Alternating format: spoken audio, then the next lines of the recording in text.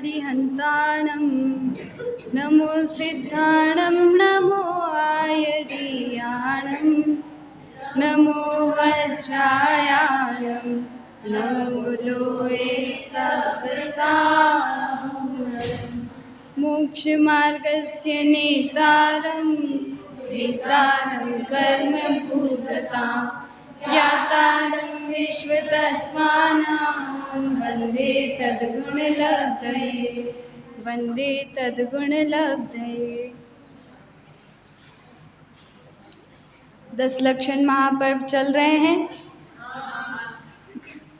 3 दिन निकल भी चुके हैं, आज चौथा दिन था, वो भी पूरा होने आया है। एक 11th क्लास से कोई बताएगा अभी कौन से 3 दिन, जो 3 पर्व के नाम से हम उनको जानते हैं, क्या नाम है उनके? शुभी,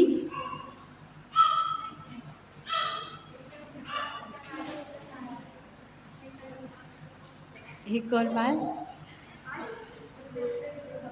उत्तम, और आज कौन सा है? उत्तम सत्य। ठीक है, याद है। तो उत्तम सत्य धर्म चल रहा है। वैसे तो हम सभी ने सोचा था कि उत्तम शौच धर्म आज मनाएंगे, लेकिन कहते हैं ना, कभी सोचा हुआ हो जाए ये बहुत बड़ी बात होती है। तो वैसे ही आज सोचा तो था उत्तम शौच धर्म मनाने का, लेकिन आज अभी सुबह पूजन भी किसकी हुई? उत्तम सत्य धर्म की। और अभी प्रवचन भी किसके हो रहे हैं? उत्तम सत्य धर्म की। और शौच धर्म कब मनाया जाएगा? कल। पर इसमें कोई दिक्कत वाली, कोई आपत्ति की बात नहीं है कि इसमें कोई पहले मनाया बाद में मनाया तो कोई प्रॉब्लम वाली बात है। आत्मा के ही सारे गुण हैं, और जब आत्मा के गुण प्रकट होते हैं, उत्तम क्षमादि 10 धर्म एक साथ प्रकट होते हैं। और अगर नहीं होगा तो एक भी नहीं होगा, और प्रकट होंगे तो सब एक साथ प्रकट होंगे। जब एक साथ प्रकट होंगे तो ऐसी बात रही क्या कि इसमें पहले उत्तम क्षमा ही आना चाहिए, या शौच आना चाहिए, या सत्य आना चाहिए? सब एक साथ ही होंगे, तो इसमें कोई बात नहीं है। बस शौच धर्म को इसलिए पहले रखते हैं क्योंकि लगातार 4 कषायों का अभाव होता है, उनके अभाव में ये गुण प्रकट होते हैं, इसलिए इनको साथ में रखा जाता है। तो अभी आज उत्तम सत्य धर्म है। सत्य मतलब झूठ नहीं बोलना, सच बोलना, यही है।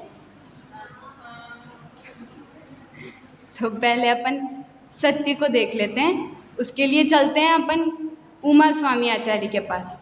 उमा स्वामी आचार्य तत्वार्थ सूत्र के 7वें अध्याय के 5वें सूत्र में कहते हैं, क्रोध लोभ भीरुत्व हास्य प्रत्याख्याना न्यनु वीची भाषणम च पंच। वो सत्य गुण की, वो सत्य अनुव्रत की भावनाएं बताते हुए ये कहते हैं कि सबसे पहले अगर हमें सत्य धर्म का पालन करना है तो हमें किसका त्याग करना चाहिए? सबसे पहले तो क्रोध का।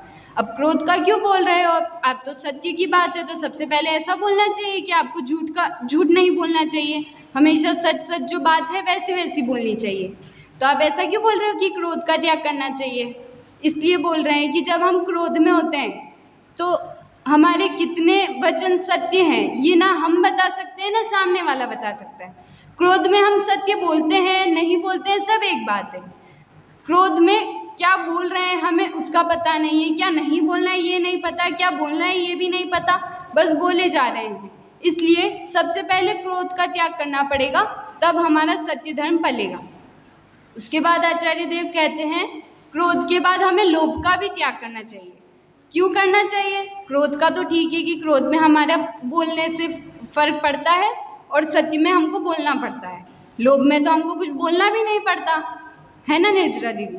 तो फिर लोभ में क्यों सत्य धर्म के लोभ का क्यों त्याग करना चाहिए कि उससे सत्य धर्म का हम पालन कर पाएंगे? इसलिए करना चाहिए कि इसको एक एग्जाम्पल से देखते हैं।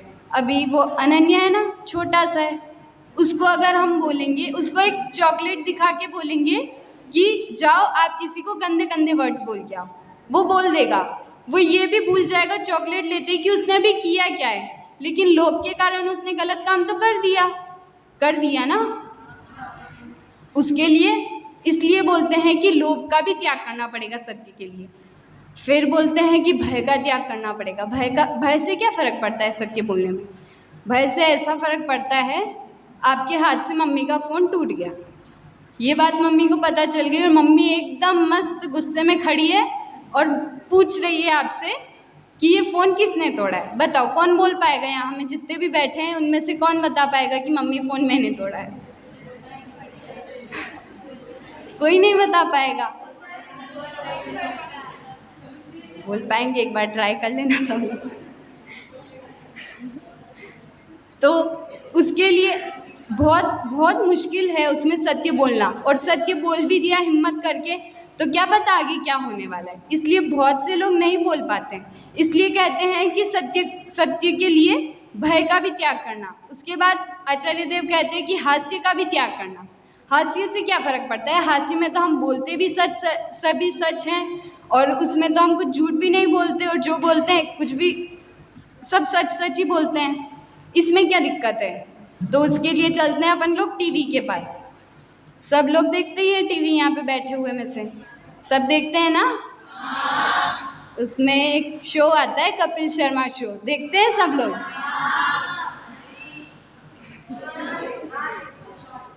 द कपिल शर्मा शो हंसाने का शो है। उसमें कौन क्या बोल रहा है कुछ, मतलब हम हंस रहे हैं उसको देख के, लेकिन कितनी बात सच है उसमें, कितनी सच है ये वो जानते हैं, और कितनी झूठ है ये भी वही जानते हैं। हम तो बस किस लिए देख रहे हैं? हंसने के लिए देख रहे हैं। तो सच होके भी सच कितना है ये भी वही जान रहे हैं, हम तो जान नहीं रहे। तो उसके लिए कहते हैं कि हास्य का भी त्याग करना चाहिए। सत्य के लिए हमें हास्य का भी त्याग करना चाहिए। इसके बाद आता है अनुवीची भाषण। अनुवीची भाषण क्या? तो अनुवीची भाषण में ऐसा कहा कि जितने भी शास्त्र के विरुद्ध शब्द हैं, जितने भी वचन हैं, वो सब अनुवीची भाषण में हैं, उन सब का त्याग करना पड़ेगा। तो ठीक है, हम तो बोलते ही नहीं है जिनवाणी के विरुद्ध। कोई बोलता है क्या? कोई नहीं बोलता है। तो उसके लिए बोलते हैं कि जिनवाणी कहती है कि ये शरीर मुझसे भिन्न है, मैं आत्मा हूँ और ये शरीर मुझसे भिन्न है। कितने जनों ने मान ली बात? बोलने में सब बोल लेते हैं, लेकिन अंदर में अगर मान लेते तो सम्यक दृष्टि नहीं हो जाते। अगर मान लेते तो सम्यक दृष्टि हो जाते। बोलने में सब लोग बोल लेते हैं, और यहाँ पे तो रोज ही बोलते हैं कि हाँ मैं आत्मा हूँ और ये शरीर मुझसे भिन्न है, लेकिन कोई मानता नहीं है ये बात। अगर मान लेते तो सम्यक दृष्टि होके अभी तक मोक्ष भी जा चुके होते, लेकिन उसके लिए नहीं। इसके बाद ये तो हो गई आचार्य उमा स्वामी ने जो हमको बताया कि सत्य के लिए हमको इन चीज़ों का त्याग करना चाहिए। अब मेरा आप सबसे एक प्रश्न है कि सत्य और झूठ इन दोनों में से बलवान कौन है? कौन ज़्यादा शक्तिशाली है? सत्य ज़्यादा शक्तिशाली है। और इस पूरी दुनिया में सत्य से ज़्यादा सत्य का ज़्यादा राज चलता है या झूठ का ज़्यादा राज चलता है? ये कैसे बोल रहे हो? अगर मैं बोलूँ कि सत्य का राज चलता है, सत्य बड़ा है इस पूरी दुनिया में, तो कितने लोग मानेंगे? सत्य बड़ा है, अगर मैं ऐसा बोलूँ उसी का राज चलता है इस पूरी दुनिया में, तो कितने लोग मान लेंगे ये बात? कोई नहीं मानेगा। अभी देखते हैं, जब कोई इंसान बिजनेस शुरू करता है, तब वो किसी का कोई उस पर इन्वेस्ट करता है। किस भरोसे से करता है? वो सत्यता के ऊपर ही करता है कि ये इंसान सच्चा है, इस भरोसे से मैं इसके बिजनेस के ऊपर इन्वेस्ट कर रहा हूँ, और इसी भरोसे से ये मुझे प्रॉफिट भी करवाएगा। इसी चीज़ से वो बोलता है, इसी चीज़ से वो इन्वेस्ट करता है, तभी जाके तो उसका भरोसा आगे चल के सच्चे या झूठा वो तो आगे की बात है, लेकिन भरोसा तो इसी चीज़ पे करता है ना। तो और जब हम बिज़नेस शुरू कर लेते, ठीक है चलो अब बिज़नेस शुरू भी हो गया, अच्छे से काम भी चल रहा है, तो जिस इंसान ने बिज़नेस शुरू किया था वो अपनी कंपनी में कैसे एम्प्लॉय को पसंद करेगा लेना? सच बोलने वाले को ही पसंद करेगा, जो सच बोलते हैं, जो ईमानदार हैं, उन्हीं लोगों को पसंद करेगा ना अपनी उसमें कंपनी में लेना। ऐसे लोगों को तो पसंद नहीं करेगा जो झूठ बोलते हैं, जो बेईमानी करते हैं, जो काम इधर का उधर करते हैं, अच्छे से नहीं करते। जो सच बोलते हैं उन्हीं को पसंद करेगा। तो बताओ, अब बताओ कौन अधिक बलशाली है पूरी दुनिया में? सत्य ही है ना। झूठ भले चलता है पीछे जो भी चलो, लेकिन आगे तो सत्य ही है ना। सत्य पे ही हम किसी भी काम को कर सकते हैं, ऐसे तो कर नहीं सकते। अगर हम सत्य के ऊपर भरोसा नहीं करेंगे तो हम किसी के ऊपर भरोसा ही नहीं कर पाएंगे।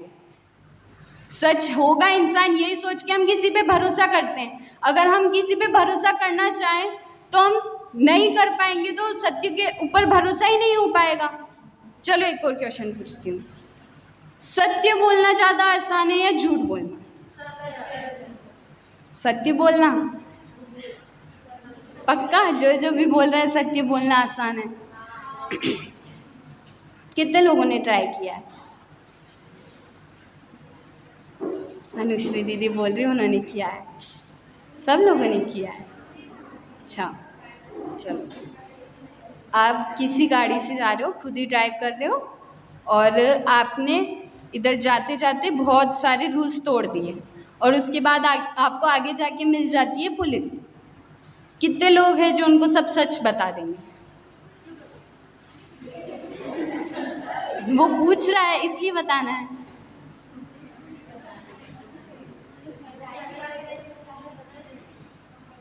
अच्छा, और अगर झूठ बोलने से बच जाओ उसके बाद भी अगर सत्य बता दो? आप ट्राई करना जरूर। और इसके लिए हम बोल देते हैं कि सत्य बोलना आसान है, लेकिन सत्य बोलना आसान नहीं है, झूठ बोलना आसान है। सत्य बोलना आसान क्यों नहीं है? इसलिए नहीं है आसान क्योंकि सत्य बोलने के पहले हमको सत्य समझना पड़ेगा। सत्य समझे बिना नहीं बोला जा सकता है। झूठ में कुछ भी बोल सकते हैं हम लोग, झूठ बिना समझे बिना सोचे कुछ भी बोला जा सकता है झूठ में, लेकिन सत्य बोलने से पहले हमको सत्य समझना पड़ेगा, उसी के बाद हम लोग सत्य बोल सकते हैं। और ऐसे ही हमने बिना सोचे समझे कुछ भी बोल दिया, भले वो सत्य क्यों ना हो, लेकिन वो सत्य की श्रेणी में नहीं जाएगा, झूठी की श्रेणी में जाएगा। क्यों? क्योंकि वो समझे बिना नहीं बोला है, वो तो बस बोल दिया, बोलना था इसलिए बोल दिया, भले वो सत्य है लेकिन जाएगा उसी की श्रेणी में, झूठ की श्रेणी में। सत्य तो समझे बिना बोला ही नहीं जा सकता। इसका एक एग्जाम्पल देखते हैं अपन। एक बच्चा है, खेलते खेलते उसकी बॉल पड़ोसी के घर में चली गई, और पड़ोसी बात कर रहे थे किसी से और बोलते हैं कि मेरी गाड़ी गुम गई। ऐसा का ऐसा ही बच्चे ने बिल्कुल एज इट इज़ वर्ड आके अपनी मम्मी को बता दिए। बोलता है बच्चा कि मम्मी अपनी गाड़ी गुम गई। बताओ वो कितना सत्य है? गाड़ी किसकी गुमी थी? और बच्चा किसको बोल रहा है, क्या बोल रहा है? बच्चा मम्मी को क्या बोल रहा है कि मेरी गाड़ी गुमी है। कितना सत्य है इस बात में? बिल्कुल नहीं। इसलिए कहते हैं कि सत्य समझे बिना नहीं बोला जा सकता। अब सत्य समझे बिना नहीं बोला जा सकता तो इस पूरी दुनिया में सत्य जितनी भी वस्तुएं हैं उनको हम बोल देते हैं कि जैसे ये कॉन्गो है, ये कॉन्गो है, इसको अगर मैं बोल दूं कि ये गाड़ी है तो ये कॉन्गो क्या गाड़ी हो जाएगा? कॉन्गो गाड़ी नहीं होगा। गलती किसकी है? मेरी है। असत्य किसने बोला? मैंने बोला। उसका कुछ दोष है क्या? नहीं है। फिर अब इस चीज़ को हम समझने के लिए 3 चीज़ों से देख सकते हैं। इस दुनिया में जितनी भी चीज़ें हैं उन सबको समझने के लिए हम 3 चीज़ें लगा सकते हैं। कौन कौन सी? एक अर्थात्मक, एक ज्ञानात्मक और एक शब्दात्मक। अर्थात्मक मतलब क्या? अर्थात्मक मतलब कि जो वस्तु है, जिसकी सत्ता है, वो हो गई अर्थात्मक। शब्दात्मक मतलब क्या? जो जिसकी सत्ता है उसको हम जो भाषा वर्गना रूप परिणमित हो रही है वो हो गया शब्दात्मक। और ज्ञानात्मक क्या? हमने उसको जैसा जाना वो हो गया ज्ञानात्मक। अब ये माइक है, इसको मैंने माइक रूप जान लिया, ये हो गया अर्थात्मक। इसको मैंने बोल भी दिया कि ये माइक है, ये हो गया शब्दात्मक। और इसको मैंने ऐसा भी बोल दिया, ऐसा जान भी लिया कि ये माइक ही है, ये हो गया ज्ञानात्मक। अब मैं इसको माइक ना कहकर स्पीकर कहूँ या कुछ और कहूँ, मोबाइल कह दूँ, मोबाइल स्टैंड कह दूँ, कुछ भी कह दूँ, तो ये क्या हो जाएगा क्या वो उस रूप? अगर मैं इसको इस माइक को स्पीकर कह दूँ तो स्पीकर कह दूँ तो ये शब्दात्मक जो हम सत्य बोल रहे थे उसमें असत्य हो जाएगा। पहले हम सत्य बोल रहे थे और फिर असत्य हो गया। असत्य को जानने के लिए हमने क्या किया, इसको गलत कह दिया। ये तो एग्जाम्पल था, लेकिन हम नॉर्मल की लाइफ में भी तो यही सब करते हैं ना, किसी भी चीज़ को कुछ भी बोल देते हैं। हम लोग बोलते हैं, मम्मी बोलती है ना बच्चे को, वो वहाँ से घी का डिब्बा उठा के ला। वो घी का डिब्बा है क्या? नहीं है, लेकिन डिब्बा तो स्टील का ही है, लेकिन उसमें रखा क्या है? घी है। तो ये असत्य है या सत्य है? सत्य तो यही है कि वो स्टील का डिब्बा है, अगर हम निश्चय से देखें तो। और व्यवहार से देखें तो क्योंकि अभी उसमें घी रखा है इसलिए वो घी का डिब्बा है। ऐसे ही डॉक्टर हुकुमचंद जी भारेल आदि आदरणीय छोटे दादा अपनी धर्म के 10 लक्षण इस पुस्तक में लिखते हैं कि वस्तु नहीं, कभी भी वस्तु नहीं खोती। जो वस्तु है उसको जो हमने जाना वो ज्ञान खोता है, वस्तु नहीं खोती कभी भी। ये सबके साथ होता है। टीवी सब लोग देखते हैं, घर पे जाएंगे अभी दिवाली पे सब लोग टीवी देखेंगे। उसमें जब हम टीवी ऑन करते हैं रिमोट से चैनल भी चला देते हैं और चैनल चलाने के बाद हम भूल जाते हैं कि हमने रिमोट कहाँ रखा है। बताओ वो रिमोट खोया क्या? अगर रिमोट खोया होता तो वो वापस मिलता क्या? खोया क्या था? उसको कहाँ रखा है ये ज्ञान खोया था।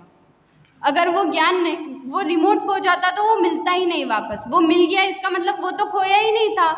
ऐसे कितनी चीज़ों में हम देखते रहते हैं, कपड़े हो गए, रिमोट, पेन, चश्मा। पेन हम यहाँ पे कान पे लगा के और भूल जाते हैं और फिर सबसे पूछते हैं आपने मेरा पेन देखा है?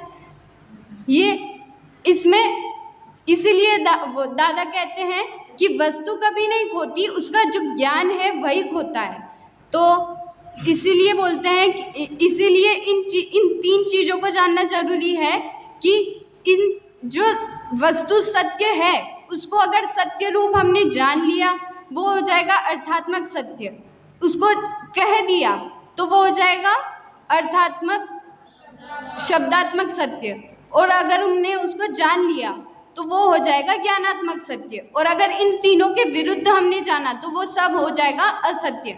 भले हम उसको सत्य क्यों ना कह रहे हो, भले हम उस समय सत्य क्यों ना कह रहे हो, लेकिन वो जाएगा किस श्रेणी में? असत्य की श्रेणी में जाएगा। इसीलिए दादा ने ये बात कही है कि वस्तु तो कभी खोती नहीं है, जो खोता है उसका ज्ञान ही खोता है। फिर अब आपने इतनी सारी चीज़ें बता दी, सिजिल बोलेगी कृति दीदी आपने इतनी सारी चीज़ें तो बता दी, लेकिन जो सत्य धर्म है उसमें हम धर्म किसको कहें? सत्य तो आपने बता दिया, धर्म किसको कहेंगे? कि फिर अगर हम धर्म कहें, वाणी को धर्म कहें, तो वाणी में हमारे साथ क्या प्रॉब्लम आएगी? वाणी में हम लोग वाणी में हम बोलते हैं, वाणी में हम बोलते हैं ये भाषा रूप परिणमित होती है। जब वाणी भाषा रूप परिणमित होती है, ये किसका काम है? पुद्गल का काम है। और ये जो हमारा सत्य धर्म है वो किसका काम है? वो तो आत्मा का काम है। तो दो अलग अलग वस्तुएं एक साथ काम कर सकती है क्या? नहीं कर सकती। इसलिए चलो ठीक है कि ये तो नहीं, वाणी तो धर्म नहीं है, तो ठीक है आप वाणी को धर्म मत कहो, कुछ कहना ही नहीं उसको तो धर्म कह दो। कुछ नहीं कहेंगे तो वो हो जाएगा सत्य धर्म। तो अगर कुछ नहीं कहेंगे तो सिद्ध भगवान तो कुछ कहते नहीं हैं, उनके हो जाएगा सत्य धर्म। लेकिन हम तो बोलते हैं ना, लगातार बोलते ही रहते हैं, तो हमारा तो सत्य धर्म चला ही जाएगा। तो इसलिए, और हमारा क्या, सिद्ध भगवान नहीं बोलते तो एक इंद्रिय जीव भी नहीं है। एक इंद्रिय से चतुर्इंद्रिय, पंचेंद्रिय, असंगी पंचेंद्रिय, ये सब भी नहीं बोलते, तो फिर उनको भी सत्य धर्म है क्या? उनको तो नहीं है। सिद्ध भगवान को है, उनको नहीं है। और हमको सत्य धर्म हो सकता है लेकिन हम बोलते हैं, इसलिए ये भी सही नहीं है। तो फिर अब सोचो तो किसको सत्य धर्म कहे, क्योंकि जानना तो पड़ेगा किसको धर्म कहेंगे। तो फिर किसको कहें सत्य धर्म? श्रेणी सोच रही है कि अब हम ठीक है वाणी को भी नहीं कहेंगे और कुछ नहीं बोलना इसको भी धर्म नहीं कहेंगे। हम कहेंगे धर्म जानने और मानने को, जो जैसी वस्तु है उसको जैसा जाना और माना, इसको हम कहेंगे सत्य धर्म। तो जानना और मानना तो जानना किसके पर्याय है? श्रद्धा गुण की पर्याय है। और मानना किसकी पर्याय है? ज्ञान गुण की पर्याय है। और जो हमारे उत्तम क्षमादि 10 धर्म हैं वो किसकी पर्याय है? चारित्र गुण की पर्याय है। तो ये है चारित्र गुण की पर्याय और ये है ज्ञान और दर्शन गुण की पर्याय। तो ज्ञान और दर्शन तो हो गया, लेकिन चारित्र में तो नहीं आया, इन दोनों की पर्याय तो अलग अलग ही रही, इसलिए ये भी नहीं। चलो ये भी नहीं, इसके और ऊपर हमको सोचना पड़ेगा। तो एकमात्र वीतराग निर्मल परिणति को ही हम सत्य धर्म कह सकते हैं। क्यों कह सकते हैं? क्योंकि सिद्ध भगवान को ये होती है, जो मुनिराज होते हैं उनको भी ये होती है, और जो सम्यक दृष्टि हो चुके हैं उनको नियम से ये होनी है। इसलिए हम इसको कह सकते हैं कि वीतराग निर्मल परिणति ही सत्य धर्म है। लेकिन ये तो हो गई ज्ञानियों की बात। अब ज्ञानियों की बात हो गई और हम तो हैं अज्ञानी। ज्ञानी है या अज्ञानी? अज्ञानी ही है, तो हमको हमारे हिसाब से भी बात देखनी पड़ेगी। तो हमारे लिए भी बहुत सारे आचार्यों ने व्यवहार जीवन में सत्य धर्म क्या है, कैसे है, ये सब बताया ही है। उसका एक रेफरेंस तो ये भी है, सुबह हमने विधान किया था, राजमल जी पवैया द्वारा लिखा गया है वो विधान। उसमें भी सुबह अंकित भैया ने बताया था हमको, नाम सत्य, स्थापना सत्य, सापेक्ष सत्य, क्रोध सत्य आदि बहुत सारे सत्य बताए थे, और उस टाइम उन्होंने विस्तार भी किया था। इसलिए मैं यहाँ पे विस्तार नहीं करूँगी, लेकिन हम इस वीतराग निर्मल परिणति रूप अग्रसर हो और सिद्ध शिला में जाकर विराजमान हो, इसी मंगल भावना से अभिविराम।